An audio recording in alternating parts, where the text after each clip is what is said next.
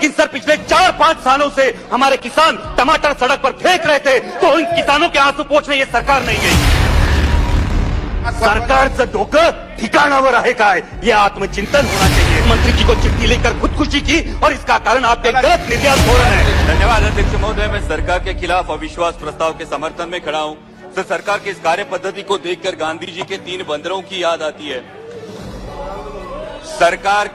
सरकार के खिलाफ कुछ भी मत सुनो, चुनाव छोड़ के देश के हालात मत देखो और विपक्ष के नेताओं को आइस करके उनकी बोलती बंद करो। सर, कैसे विश्वास करें इस सरकार का जो महंगाई पर नहीं बोलती, जो इकोनॉमिकल ग्रोथ के आंकड़े तो फेंकती है लेकिन पर कैपिटा इनकम पर नहीं बोलती। माननीय गृह मंत्री जी ने कल बहुत सही बात कही कि आंकड़े कभी झूठ नहीं बोलते। इसलिए अर्थव्यवस्था जब 5वें पायदान पे पहुंचती है तो पर कैपिटा इनकम में देश 141 रैंक पे है। तो क्या देश की सब संपत्ति ये चुनिंदा पूंजीपतियों के हाथ में सिमटती जा रही है? सर, ये सरकार ने कई भाषणों में किसान सम्मान निधि की बात की, लेकिन सर किसान सम्मान निधि की बात हुई लेकिन पेस्टिसाइड्स और फर्टिलाइजर्स में 4 से 5 गुना इजाफा हुआ, इसकी बात नहीं की।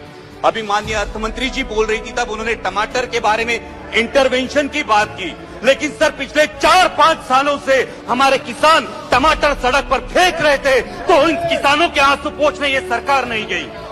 सर, वही हाल आज प्याज के दामों का है।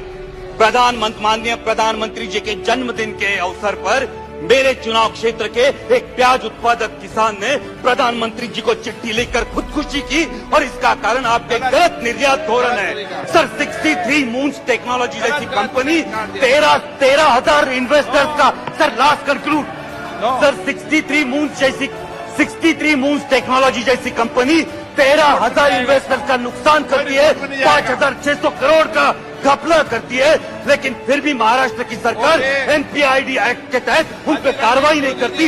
ये किसके बलबूते पे, किसके इशारे पे होता है? और इसलिए जो आम आदमी की सरकार नहीं है, ऐसी सरकार पर हमें विश्वास नहीं है। इसलिए मैं अविश्वास प्रस्ताव का समर्थन करता हूँ। सर, सिर्फ लास्ट में एक लाइन में कंक्लूड करता हूँ। सर, एक लाइन में कंक्लूड करता हूँ।